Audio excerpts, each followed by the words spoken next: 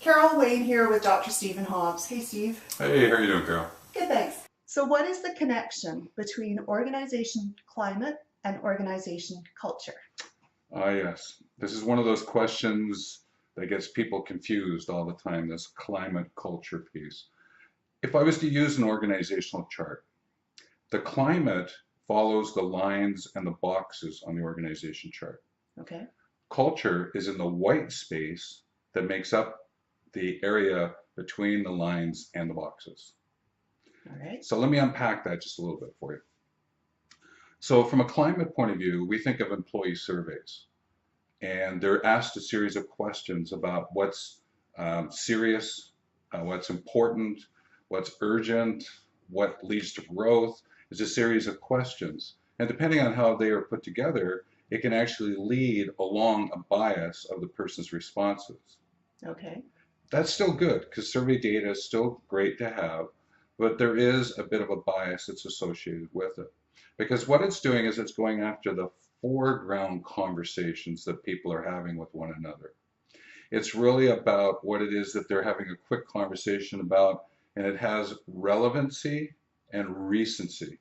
So what's relevant to them right now, and recency, obviously, what's happening for them right now. Okay. Now, the culture piece, it's actually taken from a background conversation. It's more about the beliefs and assumptions, opinions and perceptions, a deeper, richer inside view of what's going on. And the way that we do it is we ask one question. All right. Tell me that question. That question is about what hinders and helps you to accomplish, to achieve whatever it is that they're looking at, whatever imagined future, in our case, is having an iconic customer experience. And why did you choose that one specific question? Because what we're after is the idea of competencies. So what hinders and helps leads to competencies. If we ask what you dislike and like, it leads to values. Still valuable, Okay. values, valuable, still there. But we want to get to the notion of competencies because what is it that you need to verify about your behaviors, the activities you're taking, so that you know that you are actually competent to do it. And we find a lot of people are not competent in their positions. Yes. So this leads to that. It leads to it and helps people to understand it.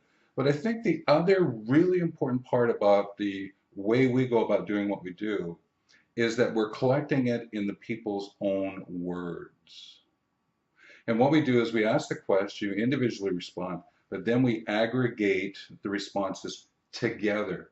Not the researcher doing it like climate is doing it and giving it. We're actually working with our groups to be able to get that insight. And this is part of the TRIPIS process. It's all part of the TRIPIS process, yes. Great. And how does this connect with customer experience? Well, depending what the question is, in our case, it's what hinders and helps you to achieve, accomplish the iconic customer experience. Then what we're doing is we're asking the employees about their experience. Guess what? We can ask the same question of our customers. Exactly. Great. Well, thank you very much, Steve. Until next time, I'm Carol Waine.